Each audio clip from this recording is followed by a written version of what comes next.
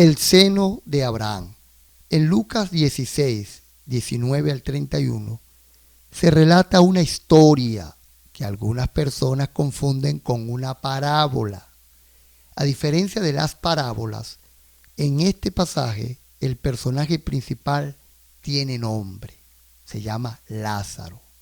Además, un personaje histórico conocido participa en la narración, Abraham. En los relatos bíblicos no se mezclan personajes alegóricos o ficticios con personajes de la vida real, pues resultaría en una falsedad.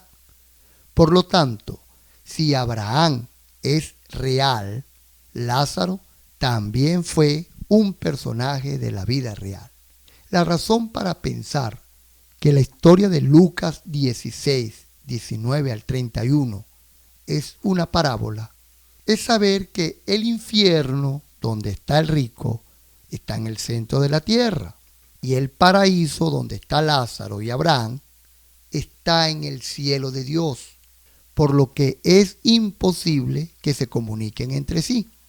Permítame aclararle que antes que fuese efectuada la redención de la humanidad por el sacrificio de Jesús, el alma de los justos no podía ir a la presencia de Dios después de morir, pues todavía la sangre de Cristo no había sido derramada. Es por eso que Dios proveyó de un lugar temporal que estaba en el centro de la tierra, separado del lugar de tormento eterno por una gran cima. En este lugar temporal, los justos esperaban la llegada del Mesías prometido para ser trasladados al paraíso. Este lugar fue bautizado por los judíos con el nombre de el seno de Abraham, por ser Abraham uno de sus visitantes más ilustres. La Biblia enseña que Jesús, al morir, bajó a las partes bajas de la tierra, donde predicó a los espíritus que habían muerto en incredulidad. Primera de Pedro 3, 18 al 20. Y sacó a los justos que aguardaban su venida y los llevó al paraíso.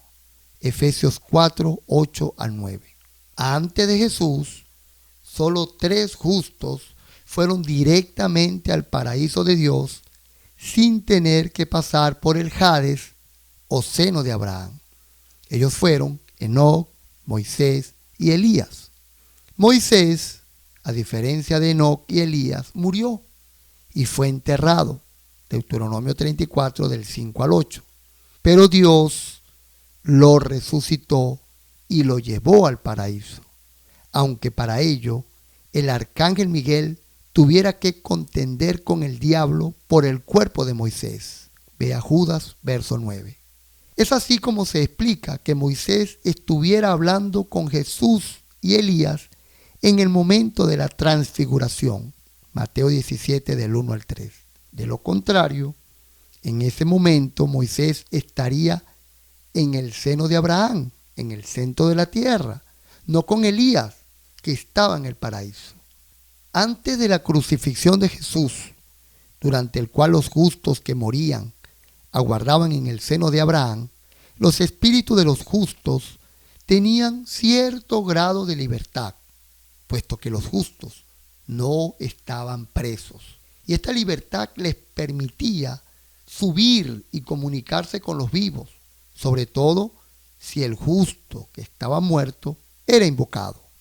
Un ejemplo de esto lo vemos en 1 Samuel 28 del 7 al 19. Allí se nos dice que el espíritu de Samuel sale del seno de Abraham y habla con Saúl. Algunas personas enseñan que quien habló con Saúl fue un demonio disfrazado con la apariencia de Samuel.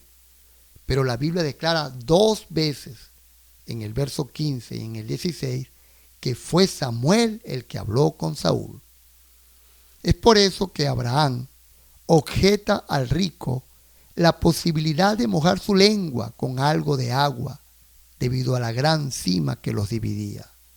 Pero cuando el rico le pide que envíe a Lázaro a predicarle a su familia, no dice que sea imposible, solo le dice que si no oyen a los vivos, tampoco creerán si se les aparece un muerto. A partir del momento que los justos que estaban en el seno de Abraham fueron trasladados al cielo de Dios, después de la resurrección de Cristo, es absolutamente imposible que los muertos puedan comunicarse con los vivos. Jehová prohibió a Israel invocar a los muertos. Levítico 20:27. Lo prohibió porque era posible hacerlo hasta el momento de la resurrección de Cristo. Un momento de reflexión con el ingeniero y pastor William Pérez.